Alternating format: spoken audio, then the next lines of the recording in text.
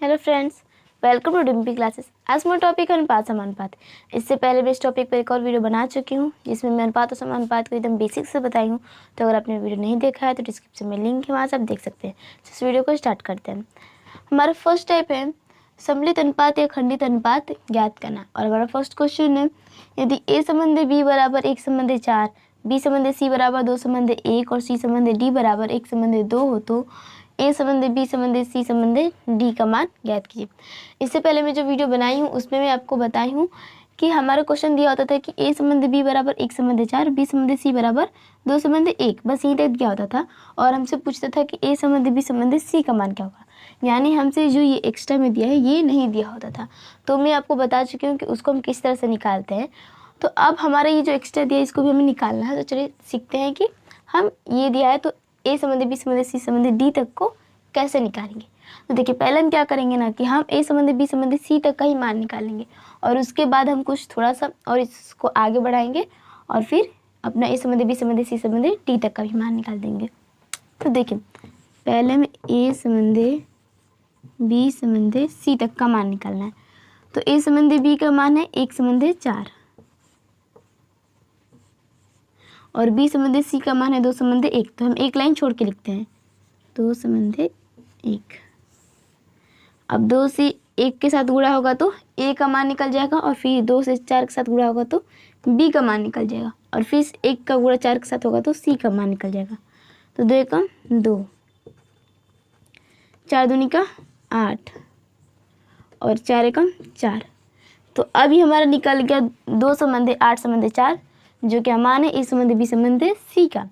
तो इसको हम काट के और छोटा कर सकते हैं, ये कट जाएगा एक ही अंक से। तीनों 2 से तीनों को हम काट सकते हैं। 2 एकम 2, 2 चौके 8 और 2 दूनी का 4, यानी ए संबंध बी संबंध सी का मान हो जाएगा 1 संबंध 4 संबंध 2।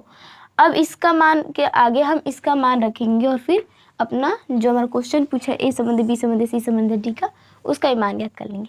तो देखिए पहले हम लिखेंगे ए संबंध बी संबंध सी संबंध डी। अब ए संबंध बी संबंध सी का मान है 1 संबंध 4 संबंध 2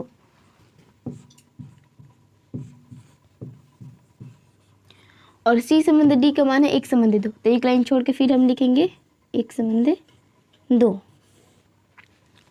अब इस 1 का गुणा हम इस 1 के साथ करेंगे तो हमारा ए का मान निकल जाएगा और फिर इस 1 का गुणा इस 4 के साथ करेंगे तो बी का मान निकलेगा और फिर इस 1 का गुणा इस 2 के साथ करेंगे तो सी का मान निकल जाएगा और फिर इस 2 का गुणा जब इस 2 के साथ करेंगे तो हमारा डी का मान निकल जाएगा। तो 1 एकम 1, 4 एकम 4, 2 एकम 2 और 2 दूनी का 4। तो ये हमारा मान हो जाएगा 1 संबंध 4 संबंध 2 संबंध 4 जो क्या मान होगा ए संबंध बी संबंध सी संबंध डी का।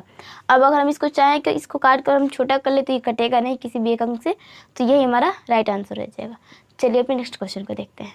हमारा सेकंड क्वेश्चन है, यदि P संबंध Q बराबर 2 संबंध 5, Q संबंध R बराबर 1 संबंध 3, R संबंध S बराबर 2 संबंध 3 हो तो P संबंध S का मान ज्ञात कीजिए। देखिए इस क्वेश्चन को करने के हमारे पास 2 तरीके हैं।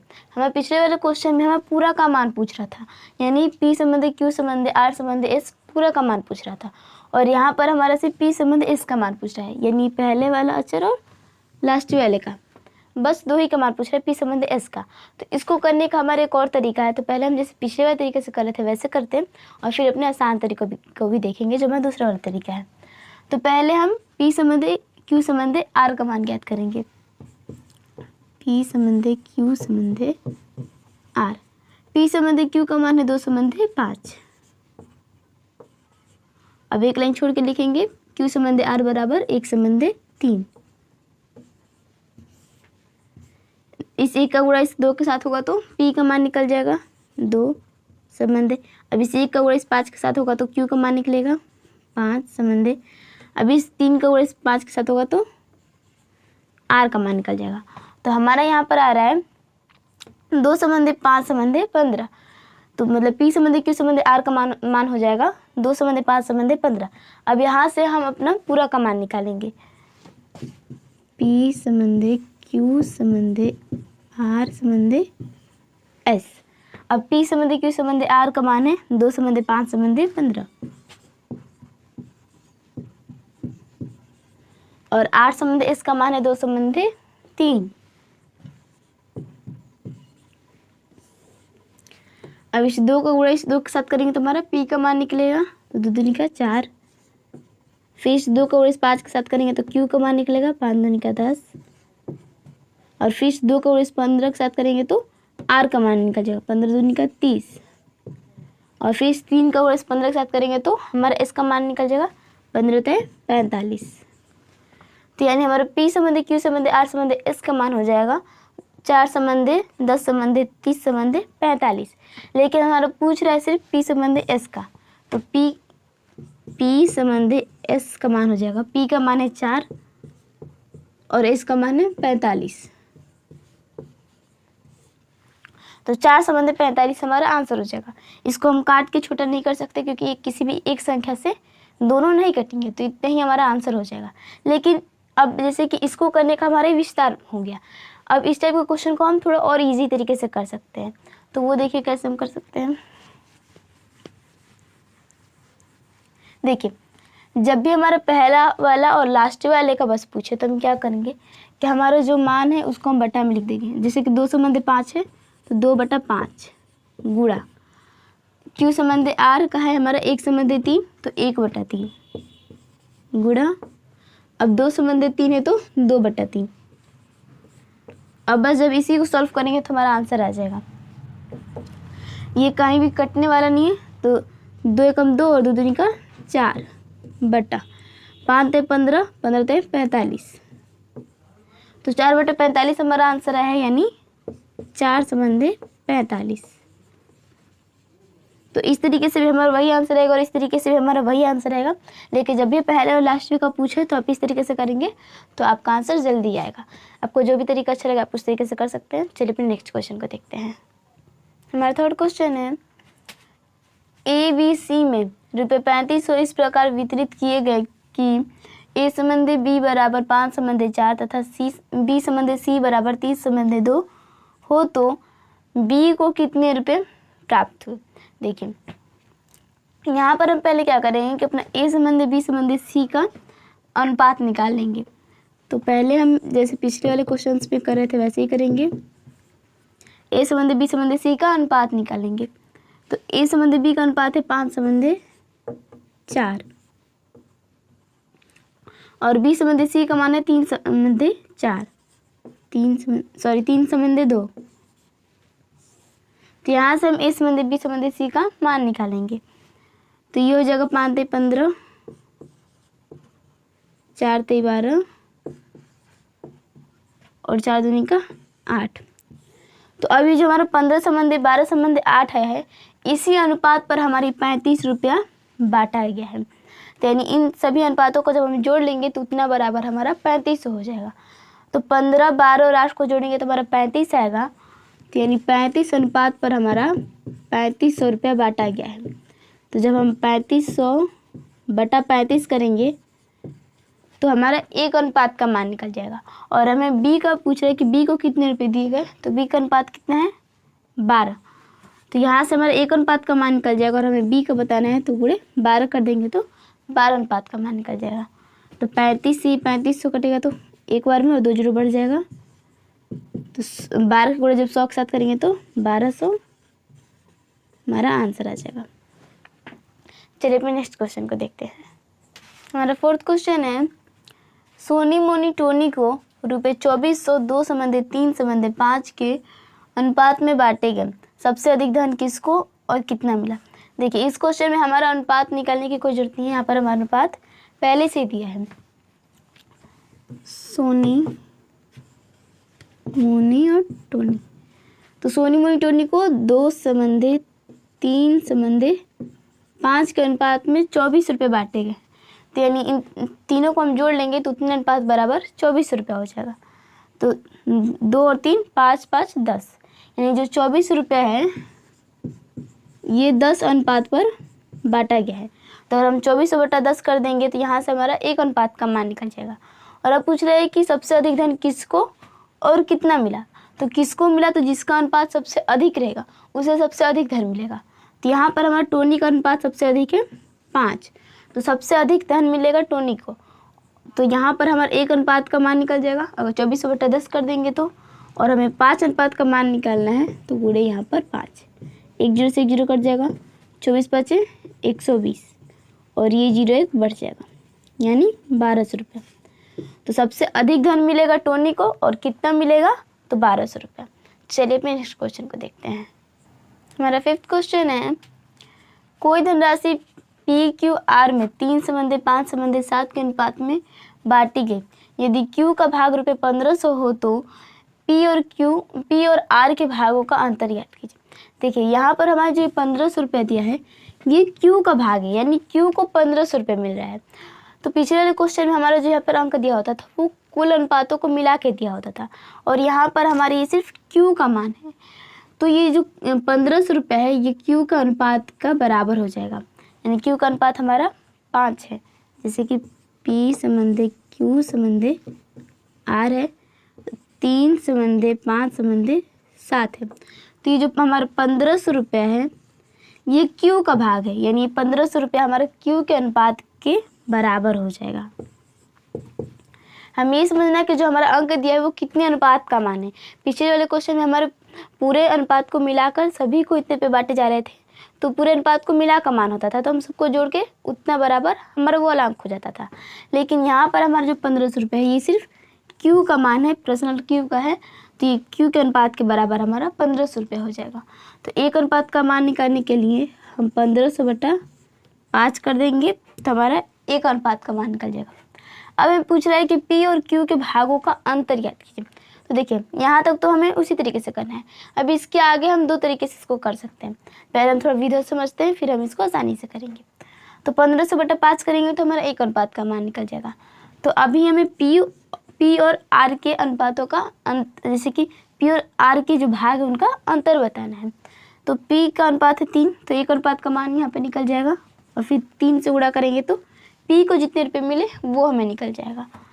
तो 5 से 15 जाएगा, 3 बार में 2 0 बढ़ जाएगा, तो लिखा 9, यानी P को हमारा 900 रुपये मिला है। P को 900 रुपये मिला है।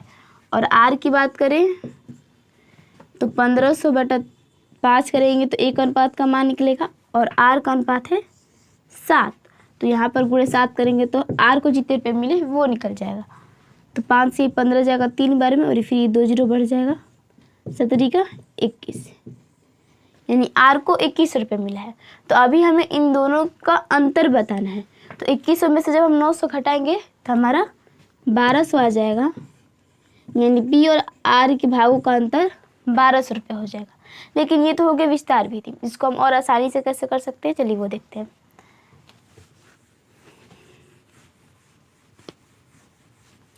जो ये 1500 रुपया था ये हमारा Q का भाग था। तो 1500/Q का अनुपात कितना है 5, तो बटा में 5 करेंगे तो 1 अनुपात का मान निकल जाएगा। अब हमें P और R के अनुपातों का अंतर निकालना पड़ेगा, क्योंकि P और R के भाग का अंतर पूछ रहे हैं। तो जो हमारे P और R का अनुपात है उनका अंतर निकाल के सीधे हम यहाँ पर उससे गुणा कर देंगे तो हमारा 1200 रुपये आ जाएगा। यहाँ पर P और R 3 और 7 है, P का मान 3 है और R का मान 7 है, तो इन दोनों का अंतर लेंगे तो 4, तो यहाँ पे डायरेक्ट हम गुणे 4 कर देंगे। अगर हमसे योग पूछता है तो हम 7 और 3 को जोड़ते तो 10 होता, तो गुणे 10 कर देते। यहाँ पर हमारा अंतर पूछा तो हम इन दोनों का अंतर ले लेंगे और फिर वहाँ पे गुणे उतना लिख देंगे। तो अब 5 से ये 1500 जाएगा तो 300 बार में, और 4 से 12 से हमारा आंसर आ जाएगा। तो जब भी इस टाइप का क्वेश्चन दे तो हम डायरेक्ट उन दोनों अनुपातों का अंतर लेकर अपना आंसर ला सकते हैं। अगर योग कहे तो योग करेंगे और अंतर कहे तो अंतर करेंगे।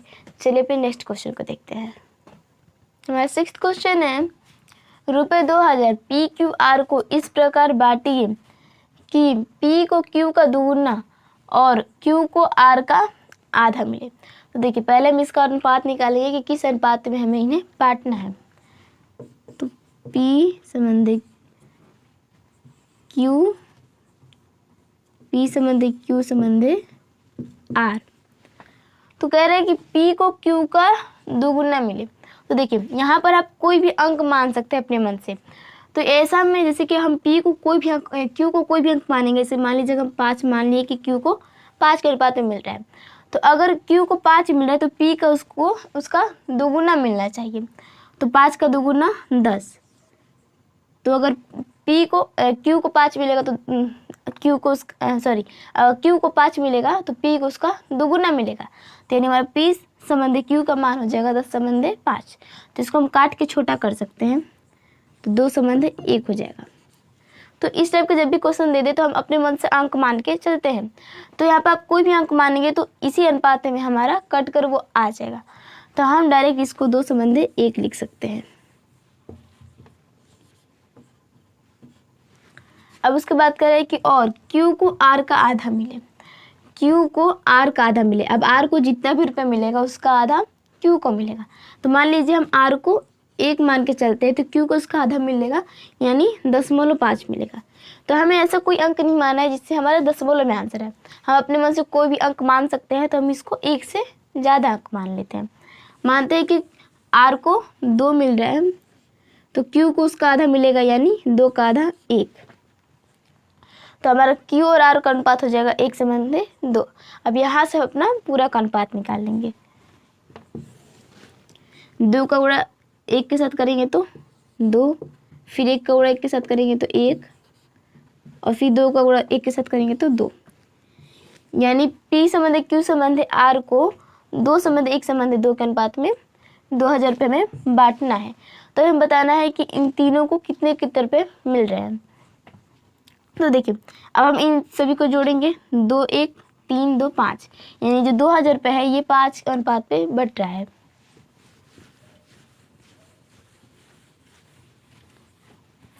₹2000 5 के अनुपात पर बट रहा है।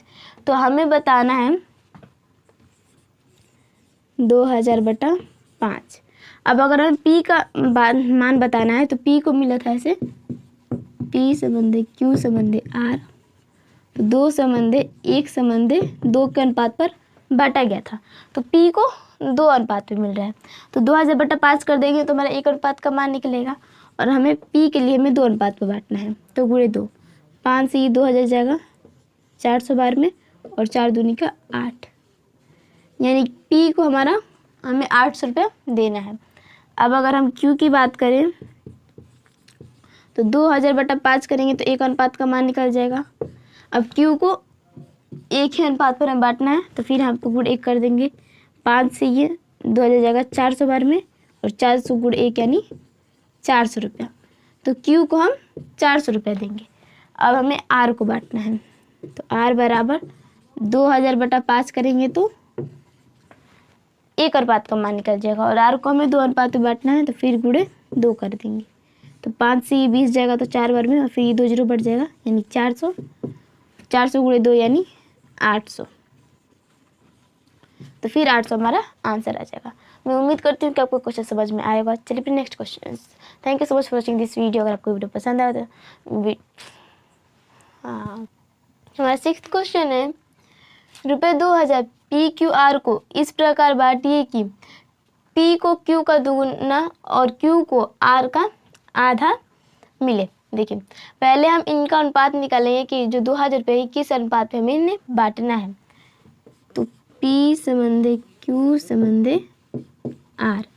अब कह रहा है कि P को Q का दोगुना, तो Q को जितना भी रुपये देंगे उसका दोगुना हमें P को देना है। तो हम यहाँ पर अपने मन से कोई भी अंक ले सकते हैं।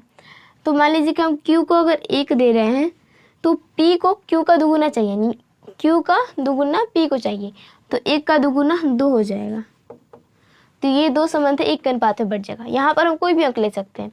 अगर मान लीजिए कि हम Q को अगर 4 अनुपात में बांटते हैं तो P को Q का दोगुना चाहिए, यानी 4 का दोगुना हम P को करेंगे, तो 4 दूनी का 8 हो जाएगा। तो 8 संबंध 4 के अनुपात में अगर बांटते हैं तो इसको काट कर हम फिर 2 संबंध 1 ही आ जाता, तो हम सीधे सीधे 2 संबंध 1 ही मान लेंगे। अब कह रहा है कि और Q को R का आधा, तो अब Q को जितना भी रुपये देंगे, मतलब R को जितना भी रुपये देंगे उसका आधा हमें Q को देना है। तो यहाँ पर कोई भी अंक मान सकते हैं। अगर मान लीजिए कि हम R को 1 के अनुपात में दें तो Q को उसका आधा चाहिए, तो 1 का आधा हमारा 0.5 हो जाएगा। तो अब जब ये दशमलव में आ जाएगा तो इसको सॉल्व करने पे हमें दिक्कत होगी। तो हम यहाँ पे अगर हम कोई भी अंक मान सकते हैं तो हम यहाँ पर 2 ही मान लेंगे कि अगर r को हम 2 अनुपात में बांट रहे हैं तो q को उसका आधा चाहिए, तो 2 का आधा 1 हो जाएगा, तो q को हम 1 के अनुपात में बांट देंगे। अब यहाँ से हम इनका अनुपात निकाल लेंगे। 2 का गुणा जब 1 के साथ करेंगे तो p का मान निकल जाएगा 2, फिर 1 का गुणा 1 के साथ तो q का 1 संबंध, 2 का गुणा 1 के साथ करेंगे तो फिर 2 निकल जाएगा। तो 2 संबंध 1 संबंध 2 हमारा अनुपात में बढ़ जाएगा। अब देखिए इसको हम और अच्छे समझ लेते हैं। यहाँ पे कहा था कि p को q का दुगुना चाहिए, तो p को q का दुगुना मिला है और q को r का आधा चाहिए, तो q को r का आधा अनुपात मिला है। तो इस अनुपात पे ही हमें 2000 रुपया बांटना है। तो हम इनको हम प्लस कर लेंगे, तो 2 1 3 2 5, यानी जो 2000 रुपये है इसे हमें 5 अनुपात पर बांटना है। तो 2000 बटा 5 करेंगे तो 1 अनुपात निकल जाएगा, तो 1 अनुपात का मान हो जाएगा 400। तो अब इसी अनुपात को, इसी 400 को हम यहाँ पर इनके मान पर रख देंगे तो हमारा आंसर आ जाएगा। 400 रुपये 1 अनुपात का मान है, तो p को 2 अनुपात मिला है, तो 4 दूनी का 800, तो p को 800 रुपया। अब q को 1 ही अनुपात मिला है, तो 1 अनुपात का मान 400 है, तो 4 गुणे 1 यानी हमारा q का 400 रुपये हो जाएगा। और r को 2 अनुपात का मान मिला है, 1 अनुपात का मान 400 है, तो 4 दूनी का 8 यानी r को 800 रुपया। तो p को 800, q को 400 और r को 800 रुपये हमें देना है। तो उम्मीद करती हूँ कि आपको क्वेश्चन समझ में आया होगा। अगर आपको कोई वीडियो पसंद आए तो लाइक कीजिए, शेयर कीजिए, और अगर आप चैनल पर नए हैं तो चैनल को सब्सक्राइब कीजिए, जिससे मेरी आने वाली हर वीडियो नोटिफिकेशन आपके तक पहुँच पाए। मिलते हैं अगली वीडियो में, तब तक के लिए बाय बाय।